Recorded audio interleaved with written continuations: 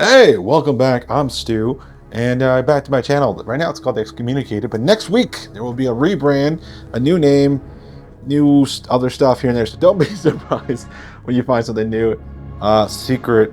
It's gonna be called Stew Maker. There's a reason for that because I'm Stuart and I make things. Reason being, number one, that well, I like making a lot of things, and I never was wanting to have the channel name be Excommunicated forever. See, the name was originally supposed to be Alchemia or Alchemica. I had like a bunch of different names going for the card game, but then I just kept finding people who had similar names, and I kept getting really more and more mad. And Excommunicated is the name of the group of superheroes that I created, and it was never supposed to be the main name of the channel and everything, because there's other things I wanted to talk about and cross over and do. So as far as that's concerned, yeah, the new name is going to be a little bit more appropriate for that. So, stupid. What are you watching this video for? I don't know. Why'd you click on it? I probably put some really clickbaity thing. Maybe not. Who knows? Maybe I didn't do that today. Probably not, though. So if you're watching this, that means you also want to finish things. Now, as a creative person or as a person who's got really bad shiny toy syndrome, I tend to go from one thing to the next thing without really finishing too many of the things I work up. I pick up a lot of things and I drop them. I pick them up and I drop them. Or different reasons for this might be because, well, it's a shiny new toy. It's nice. The second thing is like I hit an impasse. There's no real reason why it just wouldn't move forward. And the other one is because it wasn't a good idea. And that happens all the time. And the last reason is because it's kind of hard to finish something. Once you get to a certain point, the thing becomes too sacred to you, so you don't want to finish it, or else you'll end up ruining it.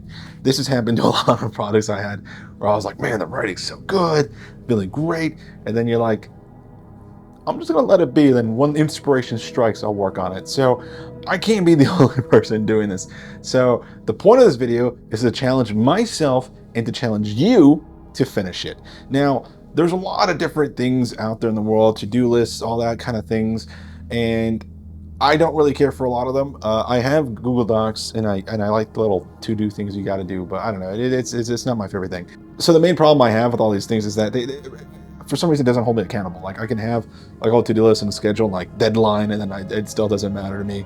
And I think the thing that makes me the most like anxious to finish something is when I have to show it to somebody, either it's for class or whomever I got to show it to or sell it to or whatever, or pitch it to. And that tends to be when I finish things the most. So I kind of wanted to create a Discord channel, and I did, specifically for this. So there's going to be a few different tiers to this. One, there is a spot just for your tasks. You can put whatever quests or tasks you have to do. You can set that up, to-do list. I have a little bot. It's a little bit complicated if you're not used to that kind of stuff, but if you're used to Discord and like bot commands and stuff like that, it's a pretty easy breeze. Very rudimentary stuff. But the reason why I did that is because I wanted to have other people look at what I'm working on and what I'm finishing versus what you can put up and what you have finished, and we can feel accomplished that we finished these things, and we can all look at each other and keep each other accountable to some degree. So if that is interesting enough to you, you can check it out. There's also a little advice column there where you can, if you're having an issue with something, you can say, hey, look, I am stuck on this beat. Anybody got any information or any tips or anything like that? And right now it's just me. So the point of you watching this, it might still just be me, but I don't know. You never know with these things, but I'll at least be there to answer, whether it's a good answer or not. I can't say, rightfully so, but it's an answer. And then after that, there should be a sharing portion where you can share some of the projects you finished on, and maybe not necessarily the whole project. So obviously, we don't want to steal each other's stuff. We don't want to do any of that. But if there's something you're really interested in, you want to get some advice on, or feel like sharing, so you're like, oh my God, I came up with this cool idea. You can give a brief summary, and then all of us can, whomever happens to be on the Discord, can check it out. I will be doing those things. So when I need advice on something, I will also post there. So hey, join the Discord so I'm not just posting to nobody. Okay, moving on. So let's say that's all well and good. Now, great, Stu. I got a place where I could put things and I can write to-do lists, and maybe somebody else can help me out with it, but where do I start? So Dr. K, if you don't know, he's a YouTuber. I'll put a link to his channel in the link below, whatever. And he had a series of videos that I love. I mean, he's got a lot of great psychology stuff. And one of them I liked was, you come up with two options, right? You want to finish something. You're like, can I finish this thing? Let's say you're writing a movie script, right? Can I finish the script right now? Yes or no? And if the answer is yes, then you do it. Can I do this in 5 minutes? Then you do it. More likely than not, you're not going to be able to write an entire feature film script in like 5 minutes. So you're going to have to like break this up into chunks. So if no, then break it down into chunks. So now you can think, okay, well, now that I got the idea of what the feature film is, I can have Act 1, Act 2, Act 3. Can I finish Act 1, Act 2, Act 3, or Act 3 within 5 minutes? Likelihood again is obviously not, because it takes a lot to type all this stuff out and to come up with all the concepts and all that stuff and like have an engaging through line and story and everything like that. Then you're like, okay, let's break it down even more, and then you just keep breaking it down to the point where you start getting to where you can say, yes, I can do this in 5 minutes. So like, let's say, is there a scene? Let's say you go from the idea to the themes to Act 1, Act 2, Act 3. Then you do my 5 questions that I like to use a lot. This is a question thing I learned in film school, by the way, which is inciting incident, first act turning point, midpoint escalation, second act turning point, third act new direction. So what does this mean? What is an inciting incident that gets your story going? What is the first act shifting to the second act looking like? It's usually a positive, negative, or negative, positive. You change the values of what's going to happen in there. So that, and then the third one is the midpoint escalation, which basically means like when your story really picks up and things start getting even more hectic than they were before. The second act turning point is when your story goes from the second act to the third act. There's usually a huge change that happens there. And the last one is the third act new direction, which basically means what new direction is the third act going to go? Because if you look at a lot of movies, the film is like kind of usually going one way, and then the third act new direction kind of throws us in a completely different direction. Think like Jaws, the movie Jaws. The inciting incident is somebody gets killed on the beach or in the water, and then the first act turning point is when they start investigating. After, you know, they're like, finally, let's look and investigate. The midpoint escalation is more people are dying. Second act turning point is when the guy doesn't get any support, I think, and like the mayor says like, whatever, blah blah blah, I can't do it. And the third act new direction is when he goes with the other 2 guys and they go and they find the shark themselves. Look at E.T., similar thing, you know, for inciting incident, E.T. lands. First act turning point, E.T. and Elliot kind of doing stuff, and then, you know, midpoint escalation, I think, is the government kind of starts slowly catching on to them. Second act turning point is, I think, E.T. dies.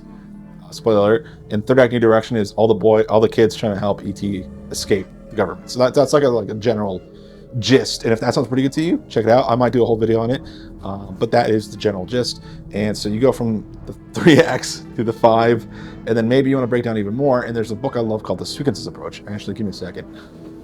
Jezebel. Right into there. That's the wrong book. Here we go. Sequences, screenwriting, the sequence approach, the hidden structure of successful screenplays by Paul Joseph Gulino.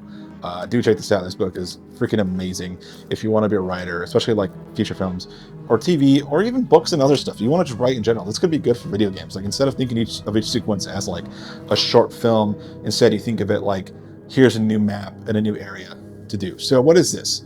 So there's like a really good Toy Story section here. Why am I on this one? Sorry, I'm just like, what? So like here he's got about like the Fellowship of the Ring, and usually in sequences you have like 8 sequences usually for most movies. So a sequence is basically like kind of like a short film. It's not tied to any specific place, but it can be. It's usually has its own act 1, act 2, act 3. It has its own beats that it covers, and has its own positive and negative, or negative to positive value switch. And positive and negative, I mean good or bad, you know, for your characters. And Lord of the Rings has like Lord of the Rings has a lot of sequences here, but a sequence is basically like, if this were a short film, what would it be? So like for the first one, it's opening narration, which is about 7 minutes long. Jesus, I don't know if that counts as its own sequence, but it's definitely could be. You could write like prologue, sequence A, whatever. Second sequence is the longest active party. Bilbo disappears. Gandalf confronts him about the ring. He goes away. Gandalf tells Frodo to keep the ring in secret and safe. Unifying aspect of the dramatic tension. The protagonist is Bilbo. The objective is to make a memorable exit. So this one is basically, the first sequence is basically Bilbo's party. You know, it's like, what is he doing? How's he doing it? What happens when he decides to leave? And then when he leaves, then it's Gandalf gets the ring and is like, hey, Frodo, hold on to this for me. And Frodo's like, oh, okay. So that's sequence 1. So that's like a general like idea. So once you've broken it down from 3 acts to the 5 beats, 5 big beats, then you can take it down to sequences, and you can break those 5 beats into 8. And then now you've broken your story down more and more, and you can keep going even, and you can break each sequence into 3 parts of like Act 1, Act 2, Act 3. So it's crazy. You can keep doing this ad nauseum. And sometimes you might, sometimes you don't have to. Some people just like writing off the cuff, and that's totally fine. There's nothing wrong with that. But that's such a general gist of what Dr. K is talking about when it's like break a task down into its basic components to the point that you can actually start accomplishing some of the minor steps, and those minor steps start building up and up and up and up and up, and then you get to the finish line, and that's a good thing because now you got a whole quest line set out for you of what you can do. Now, this doesn't always just apply just to filmmaking. Like I said, you can write this for a TV show. You know, you can think of a whole season as a bunch of sequences, and you'd be like, okay, or whatever. And then you can break those down even. Or if you're writing a book, you can do that in chapters. What does each chapter mean? Each chapter is its own sequence. Each chapter does its own thing. Unless you're writing like really small chapters, then you can have like bigger chapter chunks or whatever. I don't know. Whatever. For video games, similar idea. You can break down the game into different aspects. And let's say you're not writing. Let's say you're making something like physical, like you're a sculptor. Then you can break this down into those kind of points too, and have a similar trajectory. Or let's say you're making a video game. You can have, okay, we need to do game mechanics. We need to have the assets, which is the characters and all the little props you see. Then after that, you need sound, aka music, voice acting, special effects, sound effects, and all that stuff. Then at the end, I think you would need like, you know, potentially writing if there is any, and anything else you might want to add there in. So you can break that down, and then each one of those has their own subsets of like subcategories that you can add to. So in the to-do list on the Discord, feel free to break those down as little as possible. Maybe try it on a piece of paper or on your phone first, and then you can list them off. And then as you go about, you can cross them off, and then you can see the progress that you're making. And we can all see the progress you're making as well as the progress I'm making or they're making, whoever's making. It's just a good practice to try to start doing that. So I've got a lot of stuff I've been writing. Now, the way I'm going to categorize my to-do list is, have I opened a document and started adding something to that? So like if I open a project file and like got Unreal Engine, all that stuff, then that counts to me having to finish that because I did something. Now, I actually went through my whole list of things that I had that I'd written, and some of them were only like a couple sentences or whatever. So some of those I said, no, that doesn't count. But if I had at least a couple paragraphs, I'm like, okay, I know where I'm going in the story in my head, and I know what I want to do with that idea at least. And I'm like, okay, I'll add that to the list. Some of these are remakes. No, some of these are rewrites or reworks, and that happens quite often. Sometimes you have like, you know, it didn't work. There's a reason why it didn't work. So that's another thing to think about too. It's like, if you haven't finished the idea, maybe there's a reason why. So definitely go and comb through your to-do list and figure out what is worth keeping, what isn't. Because now you need to ask yourself, what is this for? If this is just for you and just for, you know, your personal thing, then that's great. Do all of them at your own pace, at your own time, whatever. And, you know, you can follow our, you know, little trajectory and, you know, have your own finished to-do list by the end of it. Or you're trying to make some money off of this, definitely try to think about what do you think is probably going to be easier to pitch or sell. Because if you try to sell, like, if you're trying to write like the big space opera, as cool as that is, if you're trying to write that as a feature film script and get it made, that's probably not the right way to go about it. It's not to say that you won't have something good. It's just that when it comes to like original screenplays, Hollywood isn't as, I mean, they're interested, but not as interested as it could be.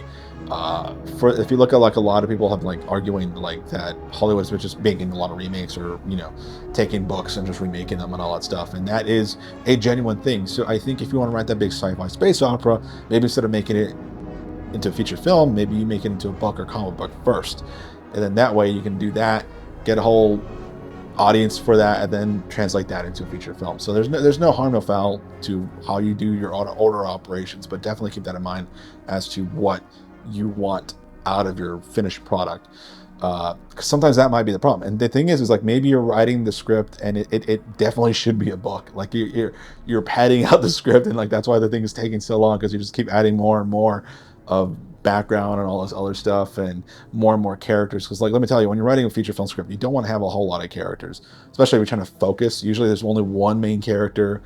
Yeah, you can do a movie with multiples, but you got to think about it. In a feature film, you're only really getting anywhere between 90 minutes to like, I don't know, 180 minutes. That's 3 hours. That's pretty long for a movie. Most movies aren't 3 hours long. Some of them are, if you're Christopher Nolan or whatever. But definitely keep in mind that like people don't want to watch movies for super long. So in order to have a feature film, brevity is your friend. Not saying don't have a bunch of characters, but definitely focus on the characters you want to see and focus on. But if you write a book, then you can do that, and then that could be turned into a TV show instead. And there you go, this whole big world that you made. Perfect. Um, Definitely try to categorize your ideas properly, because that's something that's going to be a big thing. And then don't be afraid to kill darlings. I've had a bunch of different documents that I've opened up, and they only had like a couple sentences or like a word or two, and I kept them open. And right now, I couldn't tell you what some of these were. And now I might have a general gist of what the idea was. I just feel like it wasn't as compelling. That's why I didn't write so much about it. And so it wasn't even the case of like shiny key syndrome. It's either I didn't know what to do with it, or it just wasn't good. And to what I say to that is delete it. Keep a note somewhere about what the idea was or what elements were in the idea, because then you can maybe reuse those ideas or reuse that story later for something else that is more compelling. So definitely do that. So recategorize, put it on the back burner, let it cook, see if it comes back more interesting. That's usually what I end up doing a lot of the time. I get a story, like I've had stories from like, okay, so story time. I had a character that I created when I was in like fourth grade. It was a detective called Detective King, and I've been working on his story for years. And every year I would usually do like a new take on him or a new whatever or a new case. And it's been kind of something I've been working on ever since then. And I'm older than I was in fourth grade, so it's been a minute. And I kind of put him away for a while. I kind of found myself kind of getting really annoyed that like I'm like, I feel like I want to get this made, but it's either not coming together well, or I just don't know if I can sell this, because it's kind of definitely a hard sell. And I put him away for a bit, and I worked on other projects. And then recently, Detective King has come back in my head with a whole new take, a whole new fresh feeling, because that's one of the problems I had with it. I felt like it was very much in the vein of like Supernatural, Fringe, all those kinds of shows. And that's not necessarily a bad thing. Those are great shows. They're some of my favorite shows. But I didn't want to have something so carbon copy like, even though there's a lot of different things about the story itself that is so specific to me and to Detective King. It definitely felt like it needed to be put away so that something fresher can come in. And so instead of saying like, hey, this is like Fringe or Supernatural, it's like, we're our own thing. Like, this is something new. Like, this is good. While you can still point to those and be like, that's a similar genre, it's not the same idea. And I think that for me was really good. So don't be afraid to put things on the back burner, let it cook. Maybe I'll come back to you with something better. Another thing you can do is, just start writing, honestly. You look at a blank page, just start typing. Don't give 2 cents about what this thing is. Either you're writing, or you're drawing, or you're creating something in Blender, Unreal. Blank canvases are hard to overcome. But you know how you can overcome it? You just start painting. You start putting something on paper. You got to get something on that canvas, my guy. And you just got to keep doing it until something's there. And while you're like, this is garbage, this is terrible, let me tell you what. You can fix terrible. You can fix broken. But you can't fix something that doesn't exist. So that's definitely another thing to think about. Now, me, I've got too many things to do. So I've got like 3 different TV show pilots I'm working on. I have about 4 rewrites I want to do about scripts I've already made that I really like, but like they need like either a couple sentences like fixed here or there, or they need a whole page 1 rewrite. I think there's one that's a page 1 rewrite. And then a couple of the ones are just like little things here and there that I wanted to do. I have about 28 feature film scripts. I'm looking at my list over here, by the way. 28 feature film scripts I've started and am in some progress in. Some of them are like 30 pages in, some of them are 50, some of them are only 5. And so that one's going to be kind of more the tough one. I think that's like the most I have. And luckily for me, I am a very quick writer. I've been known to write about like 70 to 80 pages in one day if I feel like it. So the point is just getting myself to be like in the headspace like, no, we need to finish this. It needs to be done so that I can make some money selling it or getting it made somehow, because nobody likes a starving artist. It's not fun for us as the artists that are potentially starving, but like, we just got to make the thing, because if we don't make the thing, then the world doesn't see what we made. And what was the point of it all? Sure, make it for yourself. That's totally fair. That's totally fine. But look, there's ego involved. I want people to see what I've made. So that's the point of it. So 28 feature film scripts. I think a good pace is about a week or 2 per script. So that one's going to take a lot longer to finish. So I'm definitely going to keep that one in mind when we continue on with this. Comic books, I got about 8 comics that I'm working on that I've like either drawn or wrote some stuff in, so I got to do those.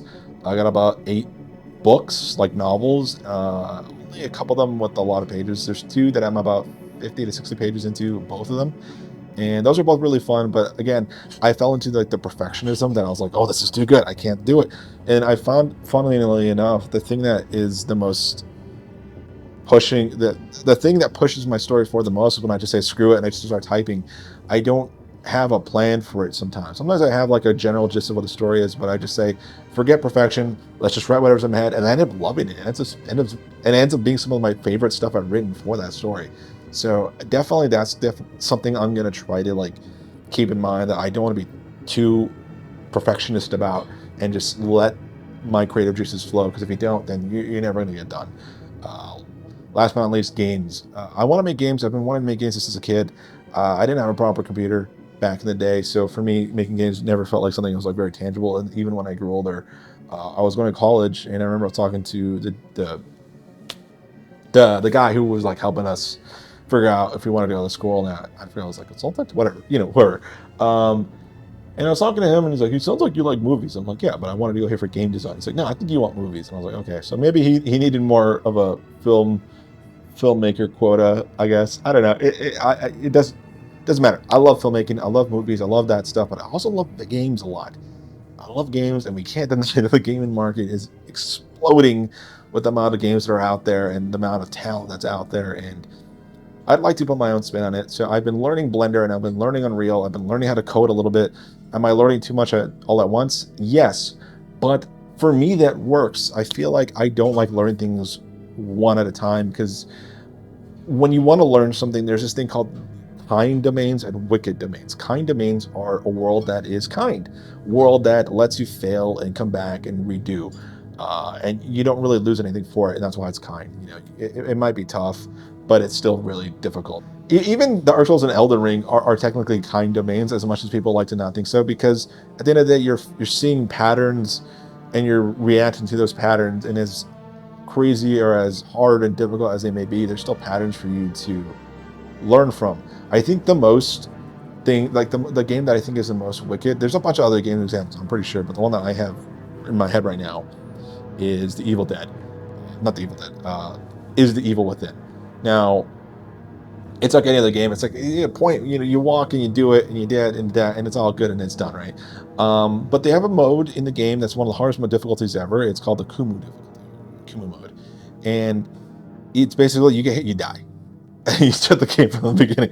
Like, games that do that, like Dead Space and some other games that have that difficulty, that definitely feels more of a wicked domain.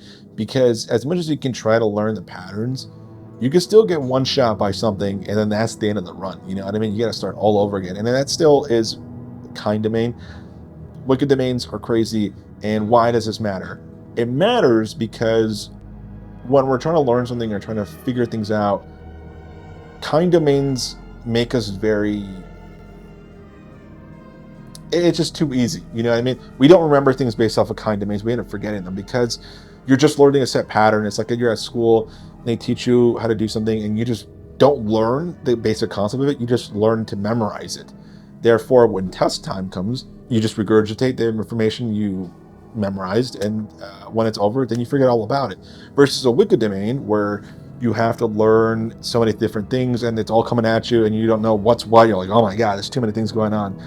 It ends up being a lot more fruitful because now you had to really figure it out on your own, and by trial and error get to that information, and you feel like you've earned that information. Now, if you don't believe me, there's a great book.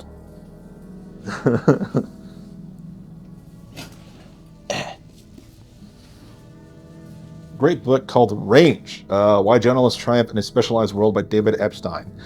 It's an unfortunate last name, Epstein. It's a really good book, and I've been wanting to talk about this. I have like multiple videos I've had planned that I wanted to make, but a lot of things have gotten in the way of that recently. Personal life stuff, nothing too bad, but that's why I didn't release a video last week. So my challenge to you and myself is, let's finish it. Just get up, finish it, categorize your things right, get a list together, figure out all the quest line objectives you have to reach to get to the end goal, and let's do it. Whether you sell it or not, or you make money off it or not, or you don't finish, it doesn't really matter. It just matters that you've tried and you put the effort into doing so. So I hope that you finish things. I hope I finish things. And let's see where this goes from here, because you never know. If you never finish something, you'll never know what it could have been. But if you do finish something, then it could be anything. So thank you so much.